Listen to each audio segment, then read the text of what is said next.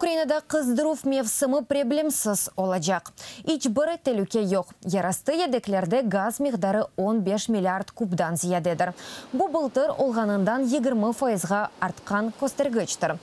Яқарлық чықарыла. Бұны Украина энергетика ве кумур санайсы назернын кенішчісі Максим Белявский UATV телеканалына білдірді.